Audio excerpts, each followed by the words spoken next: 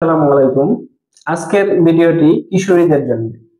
ধনুষ্টঙ্কার থেকে বাঁচার জন্য যে টিকা দেওয়া হয় সেটি হচ্ছে টিটানাস টক্সাইড বা টিটি টিকা। নবজাতকে টিটানাস হওয়ার অন্যতম কারণ হলো প্রসবের সময় জীবাণুযুক্ত বা পুরনো ব্লেড বা ছড়ি ব্যবহার করা এবং জীবাণু মুক্ত না করেই ব্যবহার করা, এবং কি মায়ের যদি মাসিকের রাস্তায় কোনো ক্ষত অথবা প্রসবের সময় কোনো কাটা ছেঁড়া হয় বা ইপিসিওটমি দেওয়া হয়, ওই ক্ষেত্রে মা যদি পূর্বে টিটানাস টক্সাইড বা টিটি টিকা না নিয়ে থাকেন তাহলে মায়েরও ধনুষ্টঙ্কার হওয়ার একটা ঝুঁকি থেকেই যায়। আর মা যদি আগে থেকে টিটি টিকা নিয়ে থাকে তাহলে তার শরীরে অ্যান্টিবডি তৈরি হয় যা গর্ভাবস্থায় শিশুর শরীরে প্রবেশ করে, যার কারণে মা এবং শিশু টিটানাস বা ধনুষ্টঙ্কার থেকে সুরক্ষিত থাকে।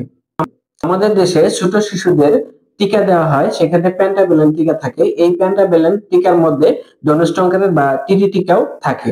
তবে এই টিটি টিকা শিশুকে 6 সপ্তাহ, 10 সপ্তাহ এবং 14 সপ্তাহে 3টি ডোজ দেওয়া হয়। কিন্তু শিশু বয়সে নেওয়া টিকা নারীর গর্ভধারণের সময় পর্যন্ত কার্যকরী থাকে না, যার কারণে আমাদের দেশে 15 থেকে 49 বছর বয়সী নারীদের এই টিটি টিকা দেওয়া হয়।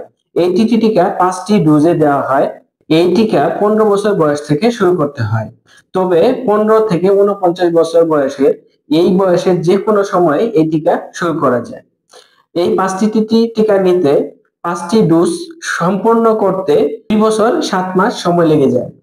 টিটি টিকা নেওয়ার যে ডোজগুলির সময়সূচি হচ্ছে: প্রথম ডোজ 15 বছর বয়স পূর্ণ হওয়ার পর, দ্বিতীয় ডোজ প্রথম ডোজ নেওয়ার ঠিক 28 দিন পর, তৃতীয় ডোজ দ্বিতীয় ডোজ নেওয়ার 6 মাস পর, চতুর্থ ডোজ তৃতীয় ডোজ নেওয়ার 1 বছর পর এবং পঞ্চম ডোজ চতুর্থ ডোজ নেওয়ার 1 বছর পর।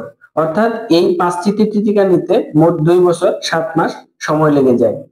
তাই আসুন আমাদের কিশোরীদেরকে 5টি টিকা নিশ্চিত করি, ভবিষ্যৎ মা ও নবজাতককে টিটানাস বা ধনুষ্টঙ্কারের সংক্রমণ থেকে বাঁচাই। ধন্যবাদ।